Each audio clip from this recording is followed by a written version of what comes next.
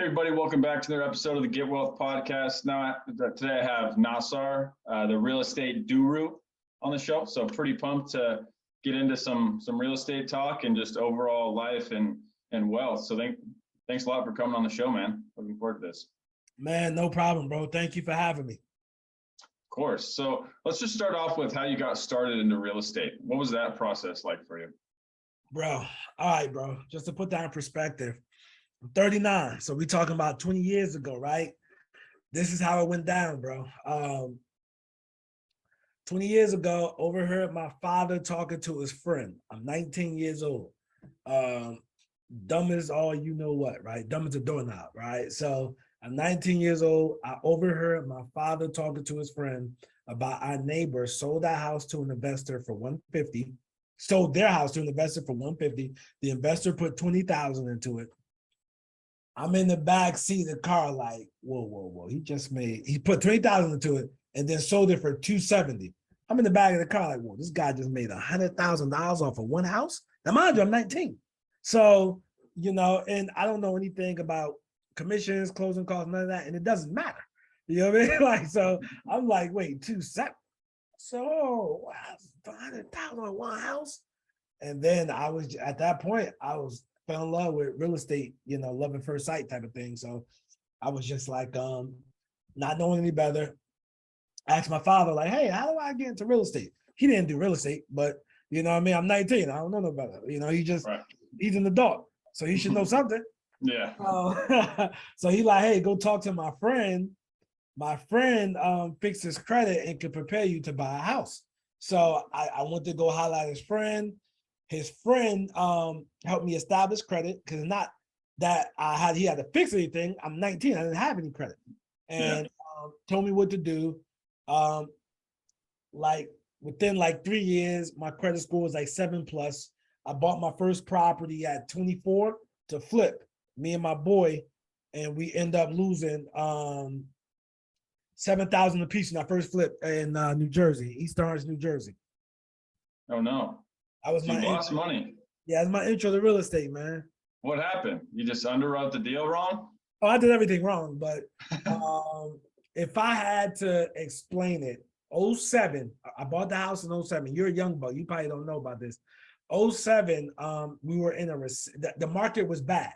Right. But it went from bad to worse because in 08, right, things that didn't happen since the Great Depression started to happen. Banks started to fall, mortgage companies collapsing left and right. Realty companies were closing their doors. So it was just a mess. And I got caught up in it. Due to, I really didn't know anything about real estate other than buy an ugly house, fix it up, yell at some contractors. I didn't know anything about real estate, but looking back, it was a blessing to be able to sell because some people just had to take the foreclosure hit. Right. Yeah, that's definitely true. I mean, if you were able to somehow hold on to that thing and still own it now, you probably would have came out pretty good. Oh yeah, no. Yeah, definitely. I definitely would have came out, that great, you know what I mean? Definitely would have. But I was so short-sighted.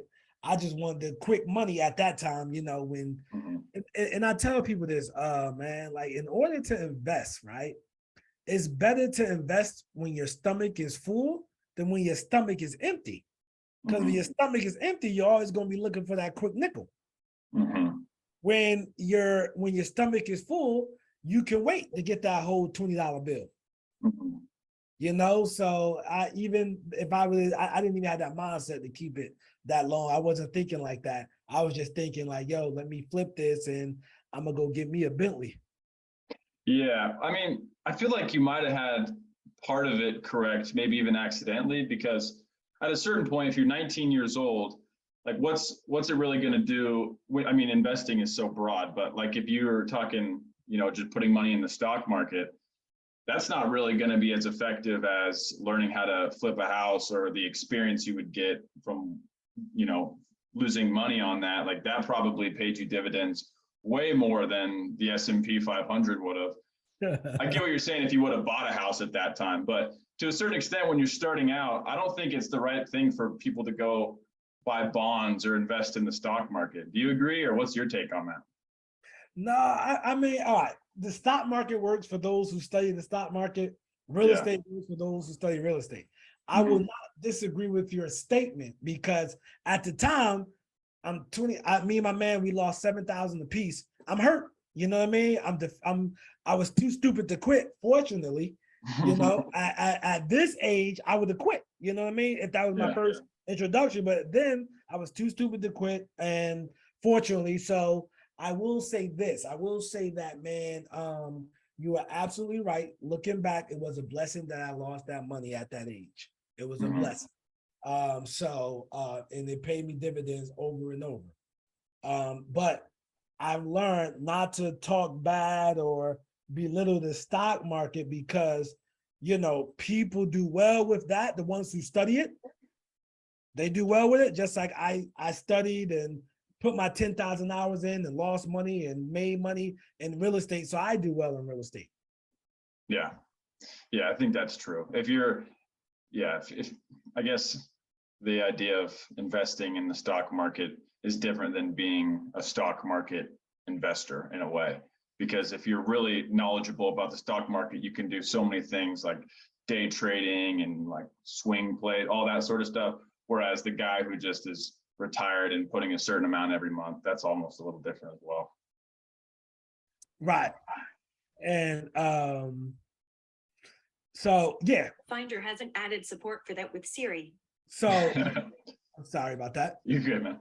So yeah, that's basically what it is, man. Because now if I had to pick stock market and real estate, of course I'm gonna pick real estate because when we invest, we actually get a property that pays us instantly, and we get to touch it, we get to feel it. We kind of control it. We have more control over the asset, whereas with a company, if the CEO decides to do with what's the last foolish guy did something with the guy from WeWork, bought a bunch of airplanes and everything else, and if we invested in that company, it's like, oh, you told us everything was going good. You know what I mean? Like, yeah. So I have more control of real estate, so I prefer real estate. But as I'm getting older, I'm just parking money into the stock market for long term. Nothing I look at every day, just long term stuff. Yeah. So I want to kind of talk about what your business looks like now, and then kind of fill in the gap from like that $7,000 loss to where you are now. So what's your day to day look like? How many deals are you doing? What do you focus on? What's kind of like the whole empire you've built? All right. So basically, as of right now, right, I am a full-time investor. I've been full-time 10 years. I got fired September of 2012, man, from my job, man. Been full-time 10 years, bro. So with that being said, today it looks like my company, we don't do a bunch of wholesale deals. We're gonna do about 5 to 7 wholesale deals a year. I'm sorry, 5 to 7 wholesale deals a month. That's different, man. I'm sorry. I'm It's all good. wholesale deals a month, and we I flip houses, buy rentals, and all of that. As far as the company structure, it's me, 3 acquisition managers that are local, and we have about 5 virtual assistants, and I still handle dispo. So that's basically what the company looks like today. Okay, that's cool. So let's kind of go back. So you lost the $7,000, and what does that journey look like for you? Do you take a break? Are you working a day job? Are you looking for more deals? What's kind of the ground up story here? Okay, well, from me losing this, oh, I'm sorry. For me losing the $7,000 in 07, we sold the house in 08. I moved down to Charlotte, North Carolina. I'm located in Charlotte, North Carolina. I'm in the South. So I graduated from college in 07 with my bachelor's degree from King University, located in Union, New Jersey. My major was communications. So basically nothing. So basically, they just gave me a piece of paper. You know what I mean? Charlotte at the time was number 2 in banking. Meaning that they got the most banks in America, whatever. They're number 2 in banking. Right now, they're number 3 because San Francisco has more home banks there now because Wells Fargo bought Wachovia. So with that being said, I got into banking by default because I'm in the biggest banking town, like top 3. So in Charlotte, North Carolina. So got into banking by default. In the call center, making my first job was $10 an hour. When I was in the bank, it was like $12 an hour. My highest paying job was $38,000 a year. And I got in 2010. I got fired in 2012, but in 2010, I learned about creative real estate investing. Anybody listen to this podcast, creative real estate investing is what you want to know. Traditional real estate investing, no. Creative real estate investing, that's the real estate investing that will allow you to invest in real estate with no credit, no money, none of that. And, I didn't even think that was real until I went to a meeting and I said, what? Wait, so no credit, no money? Oh man, this is me. Let me do it. So found out about wholesaling, did my first wholesale deal in 2011. 2012, I got fired, just hopped in real estate full time and just turned this into a 7-figure business. Wow. Okay. So it sounds like you kind of focused in on creative. Was that, the 2 big ones you think of are seller finance and subject to. Wholesaling is kind of a creative strategy, right? Because it's none of your own money. And it's creative. It falls under creative because it's not traditional. Like you could really get started broke and turn your life around. You could be homeless. Like guys told me stories that they were homeless. They just didn't give up on life, did wholesaling, got a check 15,000 or something or 10,000, put themselves in an apartment, rinse and repeat, just get back to work. So yeah, man, wholesaling is a blessing, man. Yeah, it's crazy because you lose perspective on what a $10,000 check is to what it means to you if you're working a 9-to-5 job and you're only making $10 an hour, and then maybe you get a bonus. It's never going to be like, usually, depending on the job, but that for most people, like a $10,000 bump in pay is a life-changing thing. And the reality of it is there's so many opportunities to do that once you start looking for the opportunity in real estate. And I think it's just the most powerful thing. I'm obsessed with it now, but it's almost one of those things where you try to tell people about it and it doesn't seem real, It doesn't seem real at all. Like, yeah. Like, wait, I can sell something I don't know. I can make $20,000. It doesn't seem real until you did it. Like my first check was $2,000. In my first check, I had to pay my mentor. I took home $13,100, right? So, but I tell people, for me, it wasn't about the money. It was just proof of concept. Like, wait, this works?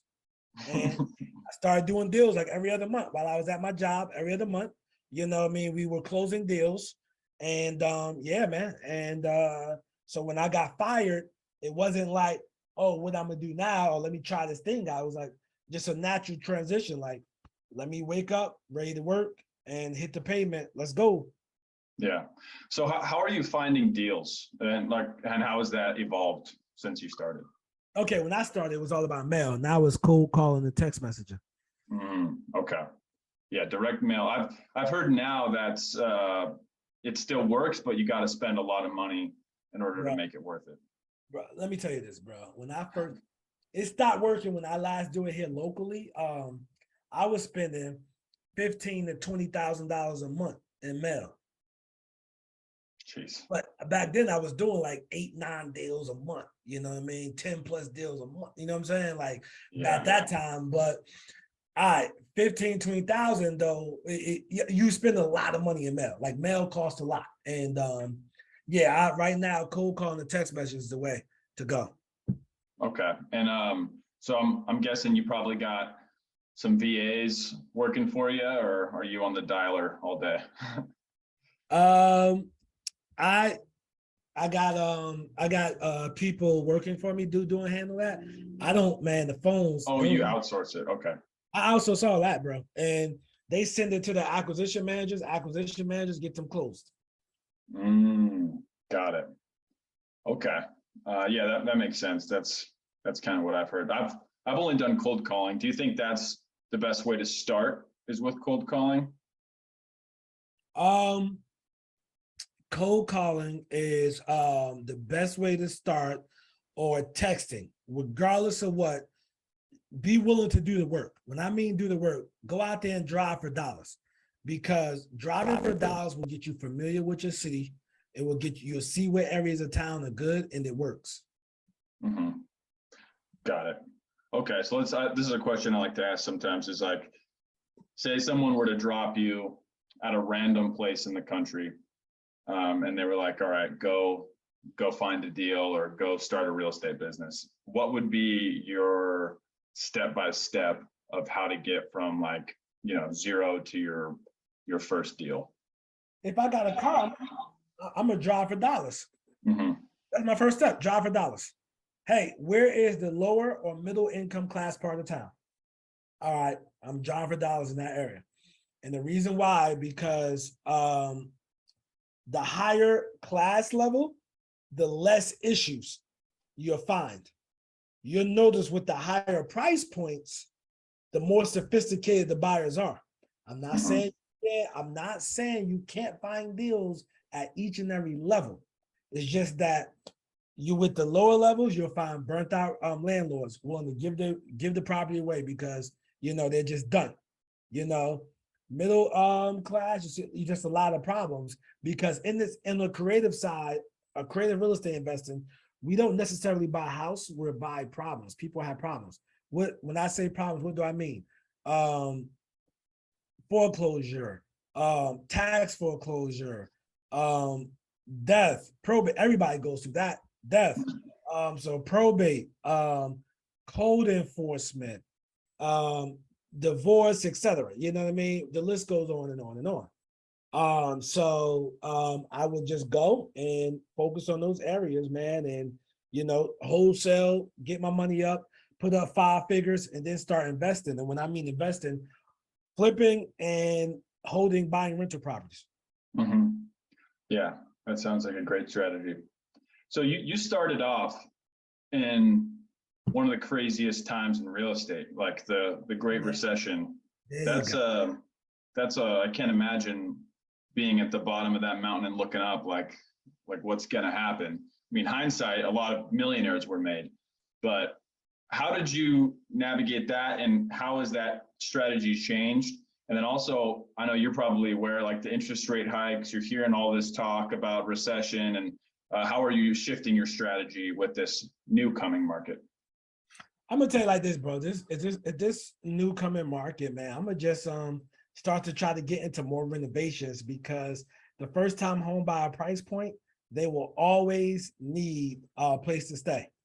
So I'm gonna start getting into more flipping. You know what I mean? I'm gonna be wholesaling and flipping more. Wow. Okay. Because I've heard a lot of people that are scared of fix and flip. Like, what would you say to them, that they just need to underwrite their deals differently? I mean, it's not necessarily the deal, man. It's more of your contracting team. Now, first time home buyer price point, I'm staying away from here in Charlotte. That was probably like 350 or below, but I'm gonna try to stay away from $100,000 rehabs and 6-month rehabs and all of that. I just want to get into simple stuff and provide the first time home buyer with property, and just play that market really hard. Okay. In your business, have you noticed a shift already with things being like wholesale deals, harder to find buyers, flips staying in the market? Absolutely, because you got to get stuff for the right price. That's all it is. You got to get stuff. If something in the 7 months ago, you got something for 200, you could sell it for 130, and it needs 30,000 to work, right? So that probably for 200, you got to get that for 100. You know what I mean? You got to get that for 90,000 to the end buyer, and then for the end buyer, he'll put let's say he'll put 30 into it, and you know, then we're holding costs and flipping, and you know, he makes his spread, etc. But yes, the things are on the market and starting to sit. I had a house sit in the market for 3 weeks recently, and I had to give the buyer 5,000 for closing costs. So it's just that you know, the market's changing. I haven't had to pay closing costs since like 2018. My realtor wasn't even entertaining people that had down payment assistance, closing costs. Bro, they couldn't even get houses for like the last 4 years. Now, it's just different. Yeah, it's a weird market because it's different than 2008 in the sense that there's still a really big housing shortage. And so we're in this recession, but this underlying issue of housing shortage isn't going away. So it's almost like we're just putting this on hold until the market recovers, and then it's going to be like a spring where it goes even more of a demand. I mean, I don't know when that would happen, but that's kind of my thinking, that it's not going to be a 2008 type of crash. Is that kind of what you're feeling? That's exactly what I'm feeling. It ain't gonna be no 2008 crash was backed by fraud. Right. Okay? That was a lot of fraud going on. And somebody, and the younger folks, when I mean fraud, like literally there was a bunch of fraud going on Wall Street, like literally, like, you know what I mean? Like a bunch of fraud.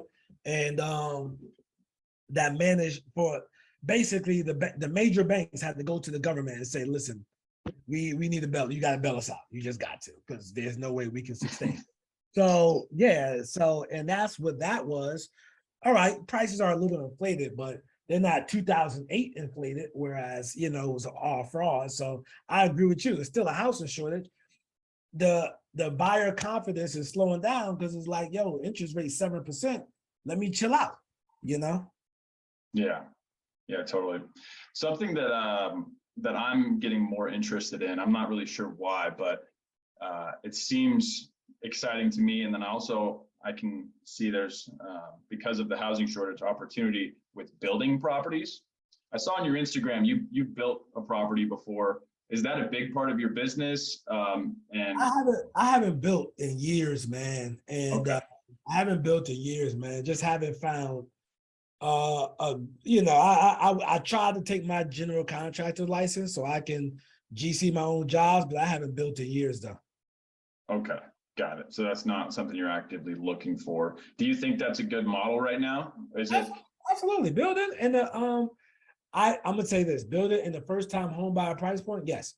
Building those $700,000 houses, man, I'll be skeptical, because remember, when prices drop, it starts from the top. So the more the houses, that's the stuff that get hit first. Yeah, that's true. Cool. Okay. A strategy I've seen floating around in the social media or online, I knew about it before, but I never really tried it up until now, is novations. Have you had experience with any novation deals? I have not, bro, and I've heard about it years ago. And I brung it to my attorney, and he was he just didn't feel comfortable with it. So it was one of those situations like, listen, he was just like, man, you probably can get away with 1 or 2. He was like, man, this seemed like something that's going to get you in the news. You know what I mean? So I was like, all right. So I just fell back, man. I didn't pursue it. And right now I just have no intention on pursuing it. This Right. comes from somebody I've actually been on the news before. From my real estate company was sending, we was doing back when we was doing mail, right? So I'm sending out, I'm spending $15,000-$20,000 a month in mail. So I'm sending out like a couple 100,000 mail pieces a year. But they said it was deceptive because it was like, hey, call me now. I have some information to tell you, et cetera, et cetera, et cetera. And the news story ran a story on it, and put my company on blast, et cetera. And yeah, it was a negative press, but I didn't do anything wrong. But they said it was deceptive with the mail pieces, and I'm like, yeah, I use a third-party company, but yeah. But Yeah, they don't want to hear that stuff. So and they twist the story in a negative light, because getting, nobody wants to hear good news. People want to hear bad news. Yeah, that's what gets views. There you go. Yeah, and then the reality is, like, people have their own personal agency. You don't have to call anybody. People send annoying mail to everybody all over all the time. Like with the elections coming up, that's just part of the game. Companies are going to market, and direct mail is a big marketing strategy.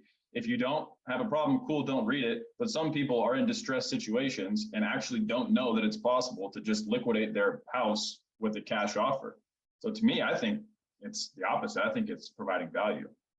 Yeah, that's to you, but you somebody who think. Most of the people, they, oh my God, it's a company scamming. You know what I'm saying? So I just I just tend to stay away from it, man. The novation thing. And I know guys are making money, but I just don't want to. I don't want to touch it, man. I hear you. So you said you're managing your own dispositions. To me, that's personally like a weak point in my business, because I focus so much on just finding the deals, and I think that's where most of the revenue is generated, at least initially. If you don't have the deal, there's nothing to disposition. So I spend probably overcorrecting my time on that, and then the back end, it's kind of like a default to like partnering with somebody on it, or there's just not an effective way to sell my own deals. How do you structure your disposition team? Do you have a team? Are you JVing on deals? Like, how do you manage dispositions? We have a strong buyers list here in the Charlotte, North Carolina area. So if it's a good deal, it sells. Simple as that. Okay. And how did you build that list? Was it like organically meeting them, or organically meeting them? Hey, them hearing about me. At one point in Charlotte, I was the 800-pound gorilla. So I was getting all that flow. But now, definitely not the biggest wholesaler here in town, and have no desire to do that right now. I'm just, we make 7 figures. I'm happy with that. So that's just the way I do it. But as far as the dispositions, man, we just have a strong buyer list here locally. Okay, I see what you're saying. A big part of fix and flipping is raising private capital. You mentioned your first deal was a fix and flip. Did you raise money for that? And if not, like, how do you raise money now? I did it the traditional way, bro. I did the traditional. I didn't raise money for that. Okay. Over the years, from making a name for myself in my local market, I just had private money lenders, approach me, wanting to do business. Yeah, because one of the obstacles that I've ran into is like, I'm networking, I'm meeting all these other millionaires, but all of them are real estate investors, and like that's why I know the people with money. And to me, it seems like a real estate investor is going to have their own deals they're putting money in, or aren't going to be lending for like 10 to 12%. They want like a 50 to 100%. And so a lot of private money, right? Correct me if I'm wrong, but it's like lawyers and doctors and stuff, right? Like, yeah, lawyers, doctors, guys who had equity in companies and stuff like that. Yeah. Guys, startup people. Yeah, things like that. Okay. And so it's just like someone wants to get into fix and flipping. Would you say like go hang out at, nice golf clubs, or, resorts, or just put yourself in these groups, or how do you start building this like network for private capital? I'm gonna tell you like this. I didn't go to the golf clubs. I didn't do the private resorts, man. I created a brand online, and I was just getting approached by people. Oh, I see. Okay. Yeah, because you got a pretty big social media following. Let's kind of talk about that. Was that intentional, or did you just start putting it out in the world and then here we are? It was intentional, but to be real with you, bro, that started in 2012, man. I've been on YouTube since 2012. So Okay. I have a YouTube channel, Real Estate Doru. I'm not a guru, I'm a Doru because I actually do this business. So Doru is Doru.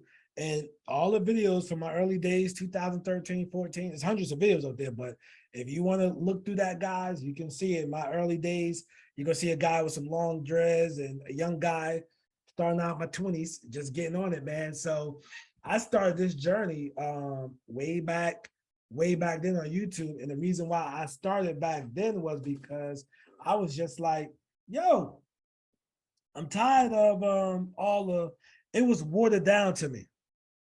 It was so watered down to me, meaning that like it was full of water, like everybody was fake, nothing was real, and I didn't like it. So I was just like, let me do a real approach. And that's what happened. So from 2012, 2015, 16, I grew a following. I had a following. I just didn't know what to do with it because my intent was just to put out content, and I didn't know where else to go. This is content creators were out, but it wasn't a thing, and I didn't have a game plan. So I had joined a mastermind for real estate. I just focused on my real estate business, turned that into a 7-figure business. And then I kind of walked away from it. But a friend of mine showed me his YouTube back office back in like 2018. Was like, yo, dude, you inspired me to get on YouTube, bro. You gotta get back on, bro. And he showed me he's making like 10,000 plus a month. So I was like, all right, I'll get back on. And I've been at it on YouTube ever since. I'm getting my YouTube back to where it needs to be. I think I'm at like 70,000 views this month so far. But as far as my social media, man, I got a lot of my following, people who remember me from YouTube, people who once watched my stuff. My friend has a really big brand, and he had me on his podcast, and that took me from like 3,000 followers to 10,000 followers. Then I was putting out content, and eventually the content blew up, and I got about 120,000 followers, man. So, yeah, I appreciate it, man, because I don't rent cars, I don't rent no mansions, you know what I mean? I don't do none of the silly stuff. I'm just straight out putting the raw content how it is. Yeah, no, I think it's a powerful thing because we live kind of in this attention economy where wherever the eyeballs are at, that's worth almost more than money now. If you can get people's attention, if you can, create enough value where people want to listen to you and hear what you're saying, there's endless amounts of dividends that pays. I mean, people could bring you deals, you could do sponsorships, you could, get bigger opportunities because other people want to attach themselves to you. What's been the biggest payoff with your social media so far? I really can't say, bro, to be real with you, man. I mean, over the years of building it, man, I used to get a lot of joint venture deals, bro. A lot of from my YouTube channel, man. But the biggest hasn't really paid off yet, bro. I'm gonna just say that, man. So nothing too crazy, man. Yeah, other than, I mean, celebrities following you and sometimes DMing you, that doesn't pay the bills, so that doesn't count. So, but yeah, man, that is nothing too crazy. Yeah, I mean, I do the podcast. That's my YouTube channel, and I put that out everywhere else. But to me, it's like it wasn't really I mean, it always was to share the information and provide value in that sense. But it was also a double-edged sword for me because I get to have conversations with people like you where, I mean, you're a busy guy. You got things to do. Your time is important. And so it's not like I can just go otherwise have a lunch. I hate when people do that. Can I pick your brain or whatever and sit down and waste your time? You probably get that every single day of your life. But if I have a podcast where I'm like growing a following and I can add value in this sense, it's cool for me because I can learn, I absorb all the information, I can curate the people I talk to, and then provide value to everybody else and provide value to you. So that's a big thing for me. But to me, it seems like right now with where social media is at, there's so much content creators. Do you think it's like if you were to start over, it's a lot more difficult now than it was then, or is that just an excuse for mediocrity? That's an excuse for mediocrity. It's easier now because more people are coming on social media. YouTube, bro, YouTube is right now. You know what I mean? Like if you can position yourself in the algorithm to be seen, the timing is now. You know what I mean? Like people go to YouTube just to learn and see things and whatever. We're in a day and age whereas the entrepreneurs are the new celebrities, like literally. You know what I mean? Yeah. Not just the entrepreneurs, the YouTube personality, the TikTok people, all that. The day and age is different. I mean, if Mr. Beast said he was going to be at this place at 4:00, he would shut down the whole street. Yeah. Yeah. So we're at a different time. So yeah, it's just that I would tell somebody, be authentic to you, man. Know exactly what is your niche, what you're gonna do, and just be real, man. Don't try to follow the crowd, man. I literally thought that me being on podcasts or being aligned, if this person would invite me on their podcast or this person will post me, that would grow my following. And that would grow my following. Now, my friend, a good friend of mine, him having me on his podcast, it really took me. It took me from like 3,000 to 10,000 back in like 2018 or whatever.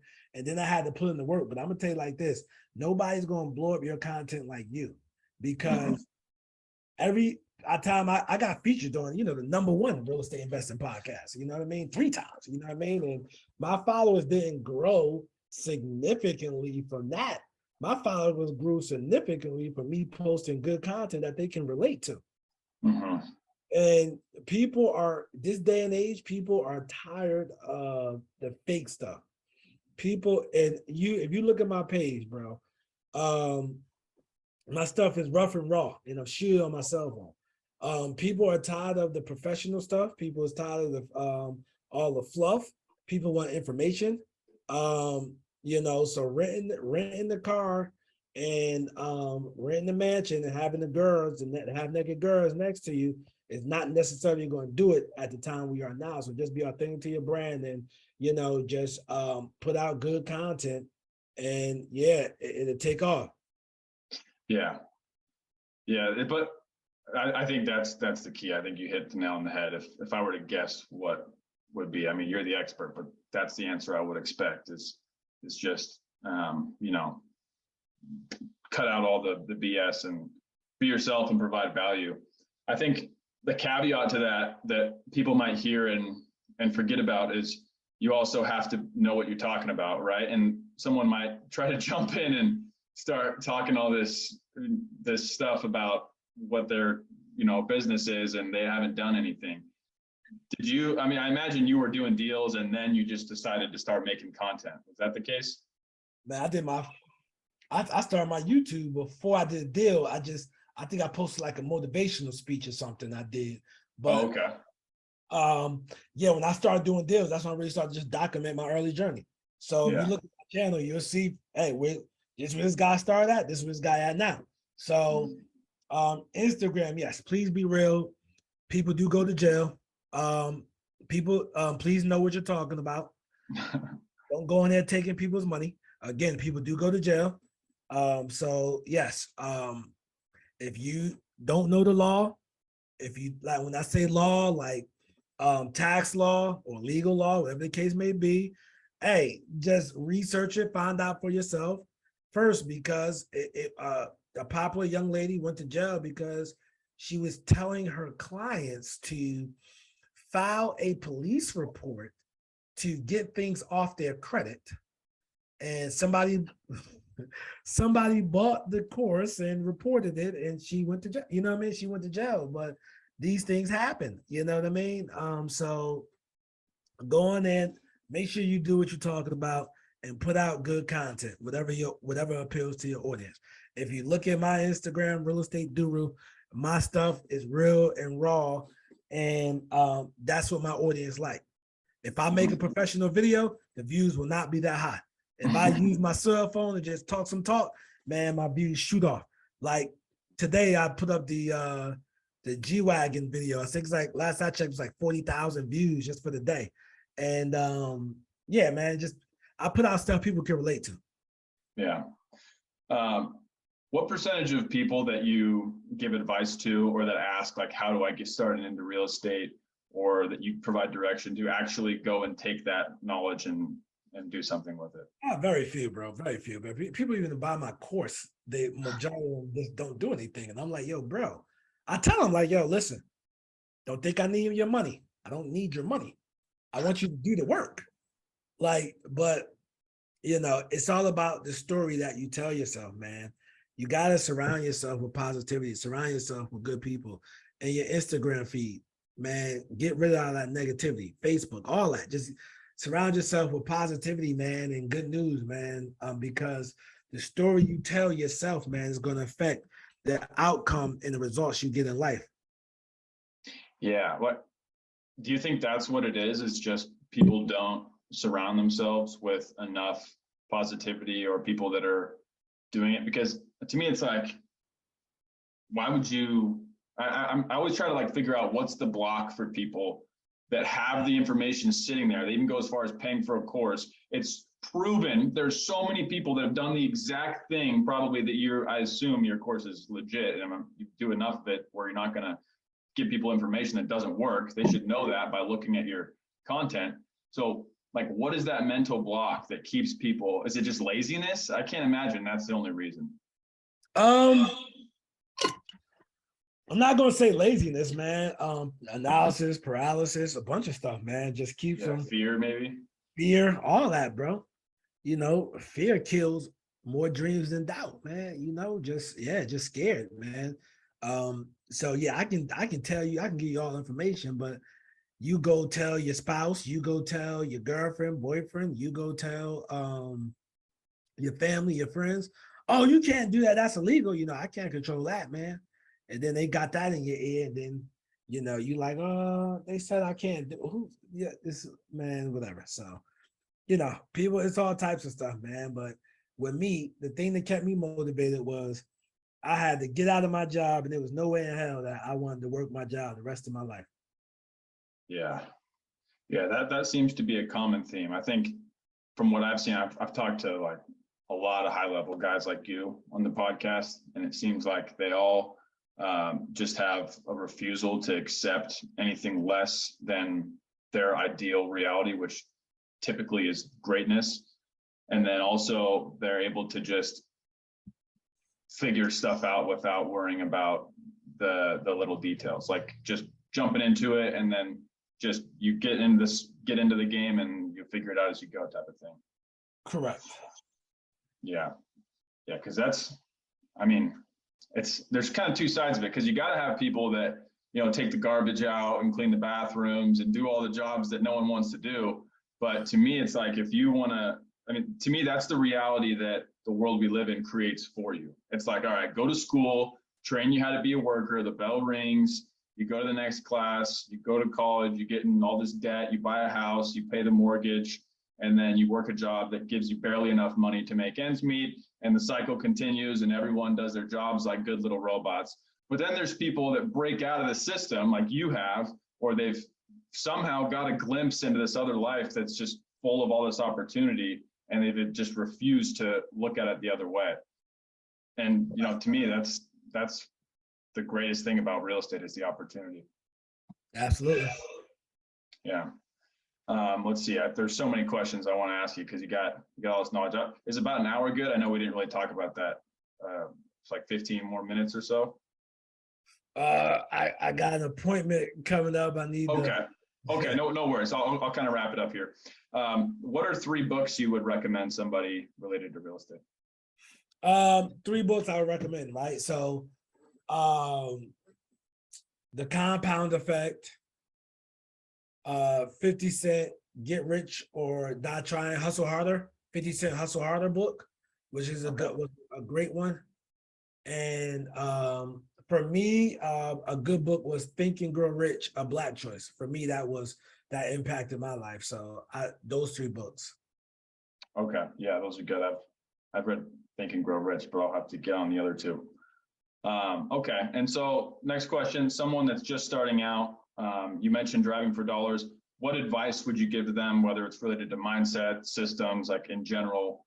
What would be like a closing note to someone who wants to create a different life for themselves? Focus on one thing until successful. Focus on one thing until successful. All right. So what I mean by that, if you want to get into wholesale, don't look at the fix and flip guy. Don't look at the short sale guy. Everybody has their thing. Don't get shiny object syndrome, whereas you chasing the latest thing, the latest technique. Just go out there, make it happen for you. Awesome. Listen, man, I really appreciate you coming on the podcast. I learned a lot. I'm sure anybody that listens to this is going to be much better off than they were before. Where can people find you? Social media, all that kind of stuff. What do you got? So you can find me on YouTube, Real Estate Doru on YouTube. You can find me all social medias, Real Estate Doru. Instagram and YouTube are my most active. So Real Estate Doru. I'm not a guru, I'm a Doru. So Doru is DORU. All right, you heard it here. Real Estate Doru, everybody. Get wealthy.